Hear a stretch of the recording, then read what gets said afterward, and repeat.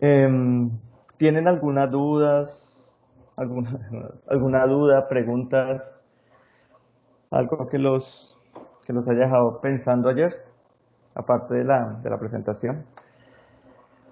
Aquí, estas son algunas referencias importantes. Esta yo la subí, está bastante actualizada. Eh, de aquí, en esta me basé, o gran parte de la presentación respecto a la estabilización con cemento fue tomada de esta referencia que me gustó por lo reciente. Creo que es de mayo de este año, es de Iowa State University, y es la Portland Cement Association, entonces es una buena referencia y quedó ya subida en Moodle. Las otras, si las quieren tener, pues me dicen, yo las tengo, eh, cual- cualquiera que quieran tener de ellas, pero como son documentos que están hechos en su mayoría por las agencias de vías de Estados Unidos o por el cuerpo de ingenieros de los Estados Unidos, esas referencias están disponibles simplemente para descargar. Entonces digamos que no son difíciles de conseguir y son útiles, son bastante, digamos que pragmáticas la aproximación que ellos le dan a este tema ahí. Nosotros, en general, esos tratamientos que uno le hace al suelo, ya sea la modificación, ya sea la estabilización, esos tratamientos se hacen con el fin de tratar suelos que a la final son suelos problemáticos. Son suelos que pues no son unas arenas densas bien gradadas, porque normalmente no tienen problemas, son suelos que tienen algún inconveniente.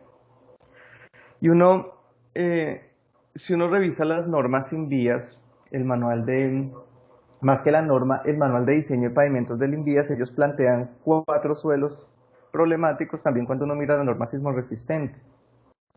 Digamos que los suelos problemáticos típicos los categorizan en 4 o 5 algunos meten la ceniza como un suelo problemático, eh, y uno los podría categorizar así, como los suelos blandos, los suelos expansivos, los suelos granulares sueltos y los suelos colapsables. Nosotros ya hablamos de los suelos blandos, vimos los tratamientos, sobre todo los tratamientos químicos que vimos, sirven para tratar suelos blandos, ellos generan una cementación, esa reacción puzolánica y la hidratación del cemento genera un incremento en la resistencia. El intercambio catiónico y la floculación también de esta reacción química sirve para tratar suelos expansivos, lo vimos cómo se estabiliza la carga en la superficie de las arcillas y se reduce el potencial, la posibilidad de expansión de estos suelos. Los suelos granulares sueltos, esos suelos granulares sueltos tienen un problema que hablábamos en la clase anterior. Cuando yo tengo un suelo granular suelto tipo arena o tipo limo, eh, esos suelos son susceptibles cuando están saturados, cuando están bajo el nivel freático, ellos son susceptibles a licuarse. ¿Qué es la licuación? La licuación es perder toda la resistencia al corte. ¿Por qué? Por procesos como un sismo. Cuando yo tengo un sismo, recuerden que les dije, se incrementa la presión del agua dentro del suelo. En algún momento la presión del agua es tan grande como el esfuerzo que está ejerciendo que hay entre las partículas del suelo, se pierde toda la fricción entre partículas, todo el contacto y el suelo falla. Entonces esos suelos hay que tener cuidado de cuando uno se encuentra esas arenas, el tratamiento usual, esas arenas solimos, es hacer compactación. Porque con la compactación yo lo que hago es, repito, incrementar esos contactos, el número de contactos que hay, incremento la fricción que hay entre el esqueleto del suelo, entre los granos de suelo, eso incrementa la resistencia y hace que el suelo sea menos susceptible a esos procesos de licuación. Y finalmente tenemos los suelos colapsables, que también habíamos hablado algo de eso cuando vimos las generalidades de suelos. Esos suelos colapsables son suelos que tienen una estructura que se llama una estructura metaestable.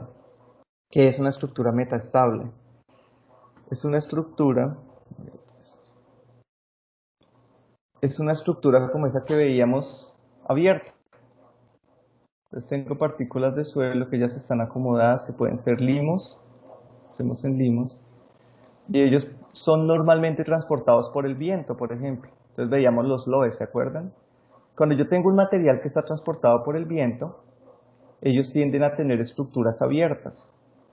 Es decir, están los granitos de suelo unidos, pero ellos tienen unos poros muy grandes. Y en estos suelos colapsables como los loess, transportados por el viento, estos granitos de limo o de arena fina, ellos están cementados o están unidos por arcilla. Entonces aquí ellos van a tener sus contactos. ¿Se acuerdan que veíamos unas fotos donde estaban los granos de limo y de arena unidos por unos puentes de arcilla?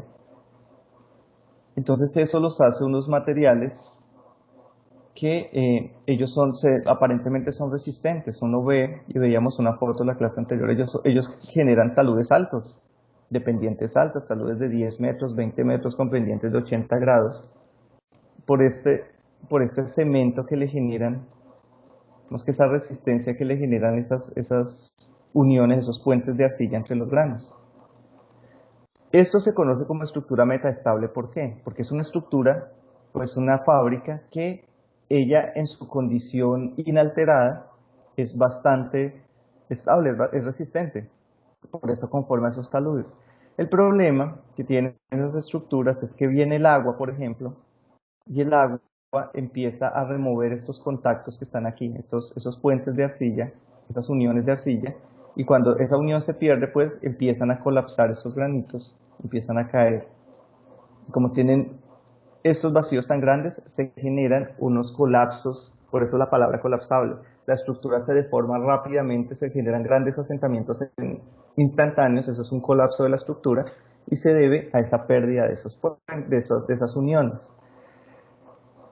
También pasa, ya pensando en procesos constructivos, cuando uno interviene y excava estos suelos, a muy bajas deformaciones, uno empieza a romper estos contactos de arcilla. Entonces pasa lo mismo, uno le genera una baja deformación a estos suelos, y cuando le generas la baja deformación a esos suelos y rompe los contactos de arcilla, se generan esos colapsos.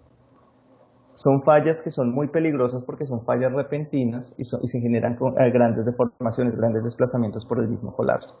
Ya son unos suelos de bastante cuidado que normalmente uno los identifica a simple vista porque uno ya sabe que un loess, por ejemplo, es un suelo que es muy susceptible de que eso pase y son relativamente fáciles de identificar. Pero para estos temas de subrasantes es importante, o digamos que de vías en general, es importante identificarlos de una forma más objetiva. Entonces, por eso están contemplados en las normas INVIAS y también para construcciones en la norma NSR, perdón.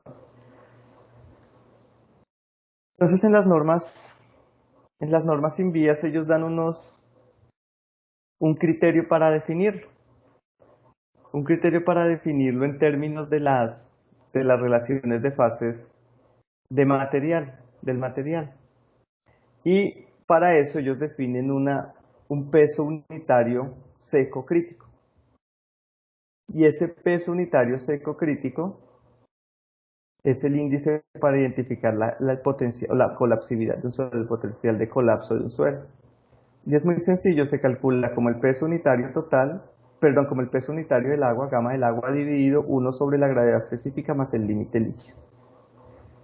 ¿Esto por qué se define así? O se define este gamma D asumiendo que el volumen de vacíos del suelo, este volumen, ese V sub B, iguala a la cantidad de agua, es decir, ese volumen de vacíos se vuelve igual que la cantidad de agua necesaria para que el suelo esté en su límite líquido.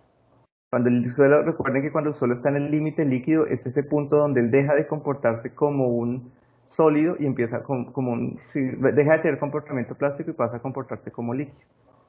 Entonces, cuando yo tengo una relación, ese contenido de agua, y lo igualo a los vacíos del suelo, en ese momento la norma sismorresistente calcula un gamma D crítico. Y entonces nos dice que un suelo es colapsable si su peso unitario seco, dividido este gamma D crítico, es mayor que 1, vamos a hablar que el suelo es estable. Y el suelo va a ser inestable, es decir, va a ser colapsable cuando esa relación entre el gamma D actual, el gamma D de mi suelo es el gamma D crítico es inferior a 1. Es decir, que el gamma D actual, el gamma D in situ, es menor que el gamma D crítico. En ese caso, mi suelo va a ser colapsable. Digamos que es bastante sencillo de identificar, facilitándole a uno las cosas, porque no le pide ensayo. La norma Invías es un poco más rigurosa en este aspecto y para esto eh, define los suelos colapsables a partir de un índice de colapso que se define en un ensayo de laboratorio en el que simplemente yo saturo mi suelo y miro cuánto, qué diferencia o cuánto asentamiento hay en la muestra de suelo. Ese ensayo nos lo explicarán más adelante uno de los grupos, entonces no lo voy a detallar, pero lo importante es que yo mido, saturo una muestra de suelo y mido qué diferencia de altura hay por ese proceso de saturación al yo colocarle una carga. Entonces esa diferencia de alturas me va a dar a mí un indicio de qué tan posible es que el suelo colapse. Si uno revisa las recomendaciones al respecto de estos suelos, pues son suelos difíciles que uno no quiere encontrarse. Y las recomendaciones para su tratamiento pues también son un poco, eh, digamos que inciertas porque le dice, o ambiguas porque le dice a uno, bueno, entonces trate de que el suelo no se deforme. Pero pues si uno está construyendo una vía y hacer que la subrasante no se vea afectada por el proceso de excavación ni que la deforme es prácticamente imposible. Entonces es altamente probable que en el proceso constructivo un suelo de estos colapse.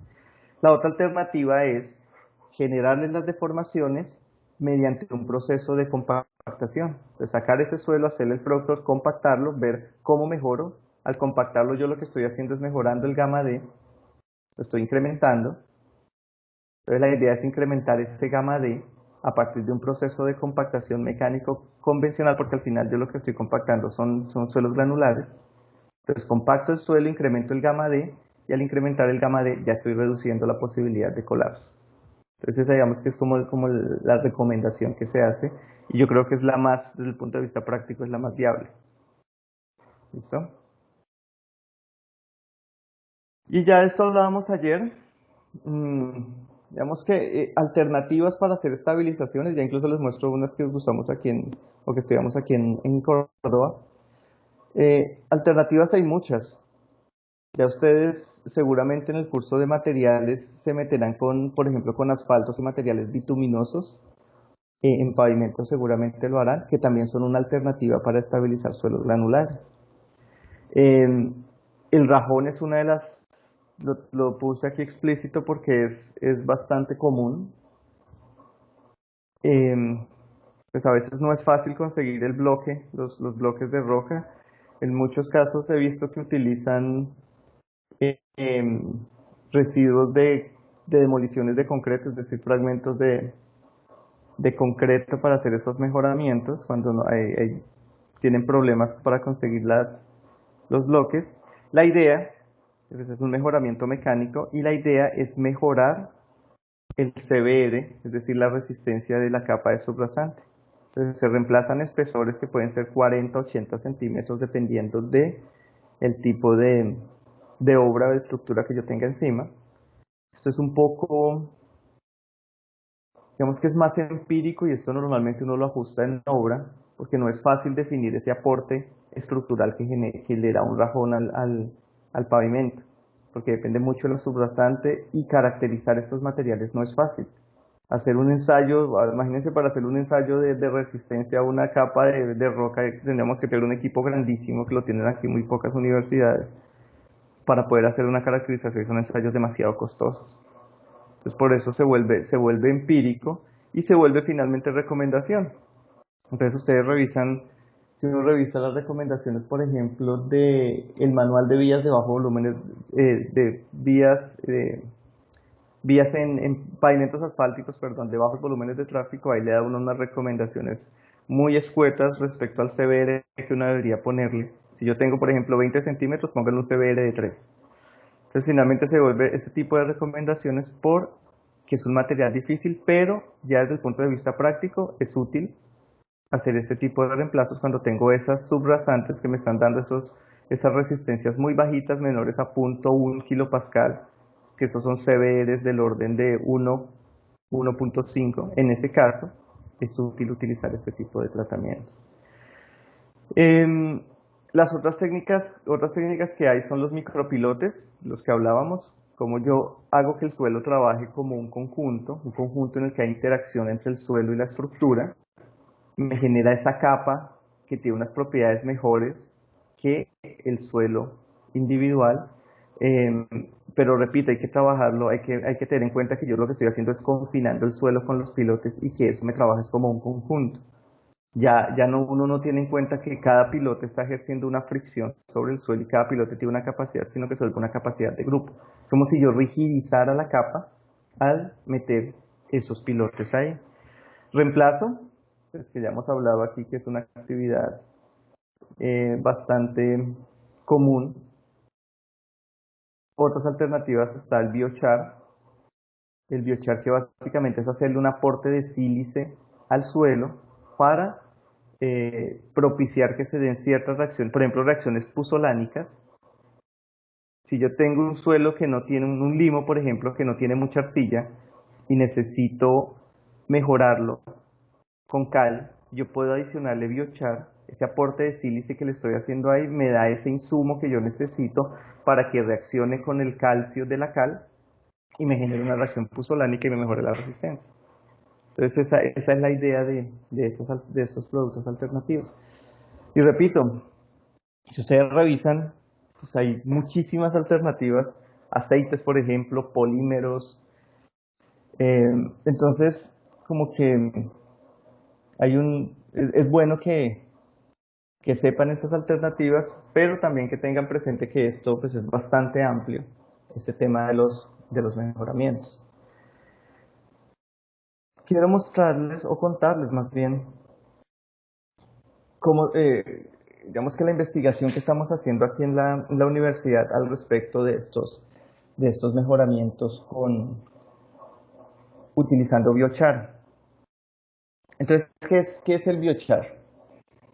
El biochar que nosotros utilizamos en la universidad es un biochar producto de la combustión de cascarilla de arroz, lo cual aquí en Córdoba resulta muy pertinente por su alta producción de arroz.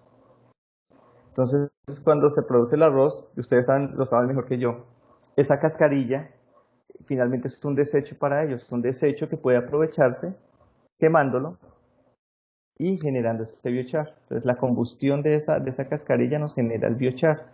¿El biochar qué es? El biochar básicamente es una ceniza que es nanoestructurada, es decir, ya tiene una estructura nanométrica. Nanométrica me refiero a unas escalas muy pequeñas del orden de 10 a la menos 9 metros. Y ese biochar es rico en sílice. Sílice como el sílice que compone las rocas, ese SiO4 que veíamos la clase anterior, ese sílice es un material, un compuesto útil para que genere reacciones con el suelo y lo estabilice. Lo estabilice para cambios volumétricos, para controlar sus cambios volumétricos. Entonces, a raíz de eso, eh, hemos venido, digamos que eso se ha venido dando en la universidad, hemos venido conformando un grupo de trabajo con ingeniería mecánica. En ingeniería mecánica hay un profesor que se llama Diego Camargo, él es ingeniero químico, pero él hizo su doctorado en tema de materiales, entonces él está muy, digamos que muy interesado en estos temas, escalas o temas de trabajo a escalas nanométricas con materiales. Entonces, ¿qué es lo que hemos venido haciendo allá? Hemos venido cogiendo arcillas expansivas, arcillas como las de, trabajamos con unas arcillas de una vereda que se llama cuero curtido en CRT. Allá nos encontramos con unas arcillas bastante expansivas, con índices de plasticidad del orden de 30-40, que ya vimos que son muy expansivas. Y hemos caracterizado esas arcillas desde el punto de vista nanométrico y micrométrico con el fin de ver qué reacción van a tener ellas con este biochar. Entonces, la idea es estudiar en esas escalas qué es lo que está pasando para que nosotros tengamos esas mejoras en la resistencia. Entonces, en la universidad tenemos equipos, o bueno, los de ingeniería mecánica tienen unos equipos que le permiten a uno hacer esta caracterización. Entonces, pensemos que yo tengo mi arcilla.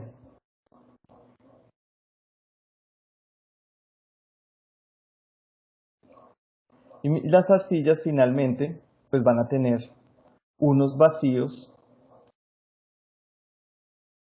pero estos granitos son muy pequeños. ¿Recuerdan que hablábamos que esto podía tener del orden de 10 Armstrong? 10 Armstrong. El tamaño de un cristal de estos de arcilla, de una lámina de estas de arcilla, 10 Armstrong de espesor. 10 Armstrong son 10 a la menos 10 metros. Nosotros cuando hacemos nuestros ensayos de laboratorio en geotecnia, cuando hacemos una granulometría, pues nosotros no vamos a medir nunca 10 Armstrong. Entonces los ingenieros que se dedican a esta parte de los materiales en escalas nanométricas, ellos tienen técnicas y una de esas técnicas se llama el área BET. El área BET es una técnica que nos permite a partir de la absorción de nitrógeno en unas arcillas secas, ellas nos permiten medir los poros del suelo, de la estructura de esas arcillas, la estructura fundamental de las arcillas, nos permite medir esos poros. Y entonces, ¿cuál es la idea? Si yo soy capaz de coger una arcilla, por ejemplo, una monmorillonita, que sé que es una arcilla complicada, y yo soy capaz de medir a esa escala nanométrica el tamaño de los poros, yo puedo identificar con un ensayo de área BET, que es un ensayo sencillo, que esta arcilla corresponde a una monmorillonita, es decir, que ella tiene una curva característica típica. Entonces eso lo estamos trabajando con unos estudiantes en este momento que esta tesis tiene las correcciones ahí todavía. Pero ¿cuál es la idea? Que yo tenga para un material, aquí dice, aquí ese es el tamaño de poro, yo tenga la distribución de los poros de esa monmorillonita y eso va a tener una curva típica, como esta, naranja o como esta azul.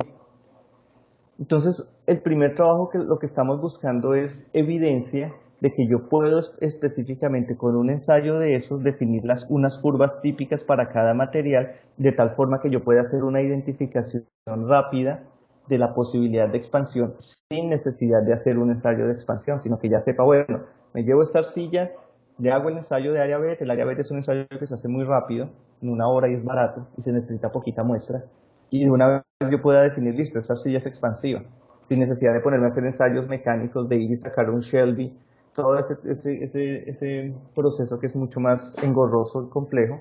Entonces esa sería una forma, utilizando esta técnica de área BET, con absorción de nitrógeno y bueno, todo el complique que tiene la parte química de eso, y nanométrica, pero poderlos identificar. Entonces eso es lo que lo venimos trabajando en este momento en la universidad. Ahí tenemos un campo de investigación bastante amplio. Si alguno de ustedes quiere vincularse, bienvenido, es bienvenido. Pero hay bastantes temas para trabajar porque después la siguiente etapa será coger esto y combinarlo con ese biochar y empezar a ver qué tipo de curva empieza a generarse. Como el biochar, cuando estabiliza esta monmorillonita que tiene estos poros, con esta distribución de tamaño de sus poros, ¿qué pasa si yo lo estabilizo con biochar? El biochar ya hemos visto, y eso lo trabajamos con otros estudiantes, cuando yo le añado biochar al suelo expansivo, él reduce su potencial de expansión. Entonces, ¿qué pasa cuando yo mezclo y cómo debo mezclar yo esto para que se me modifique esta estructura y cómo va a ser esa estructura modificada en estas escalas nanométricas, miren, nanómetros? ¿Cómo va a ser este cambio que se ve reflejado en el incremento de la resistencia? Entonces, la idea es llevarlo y aprovechar esas herramientas que tenemos y sobre todo el capital humano, el conocimiento del aporte que nos hacen desde ingeniería mecánica e ingeniería química a los proyectos. Otra alternativa, que esa ya la trabajamos el semestre pasado, es utilizar, a ver si lo tengo,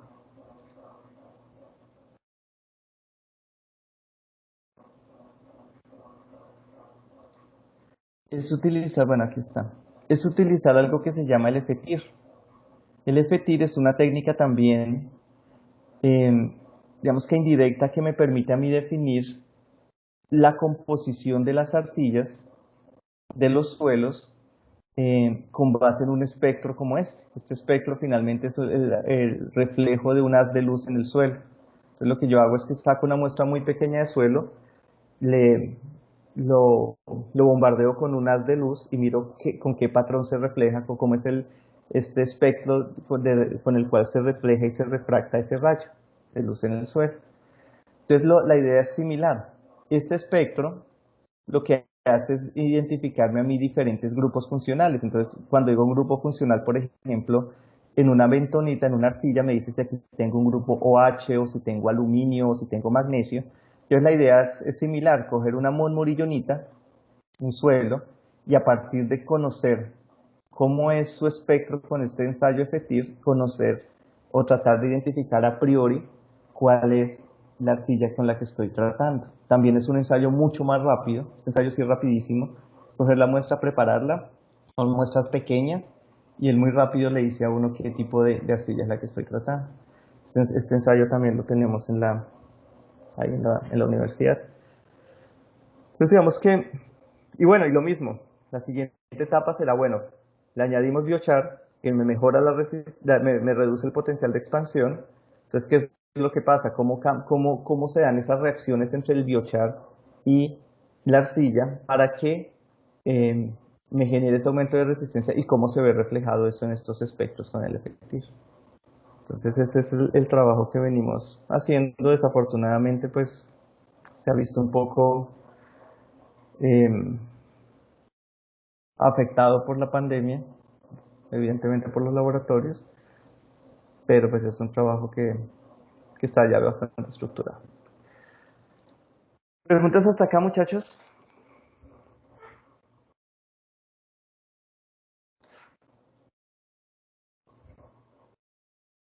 ¿Ninguna?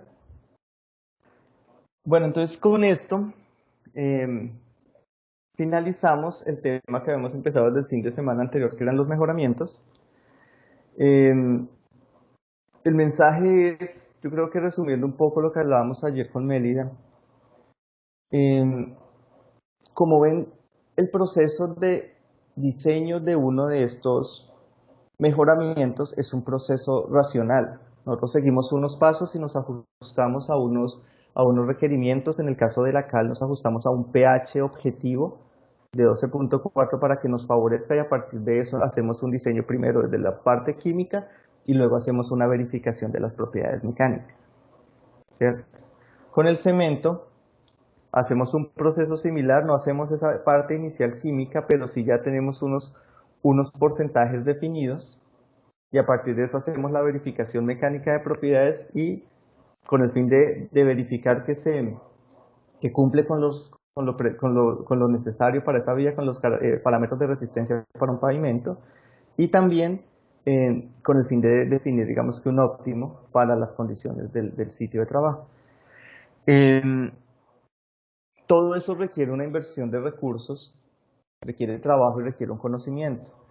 Eh, y pues a veces como que en muchos casos se tiende a dejar esto a un lado por esos costos que implica y se vuelve más fácil el reemplazo.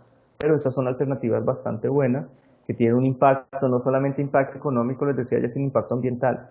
Y el hecho de yo no tener que mover suelo, el hecho de no tener que transportar suelo, todo eso finalmente va a redundar en un impacto ambiental, en la reducción pues del impacto ambiental de mi trabajo. Entonces son alternativas que espero que en sus proyectos en el futuro ya ustedes empiecen a ver la posibilidad de implementar. Y son materiales que tenemos disponibles, ¿no? Pues cal y cemento, eso se consigue relativamente fácil. ¿Listo, muchachos? ¿Dudas, preguntas, aclaraciones, comentarios? ¿Ninguno? Vale.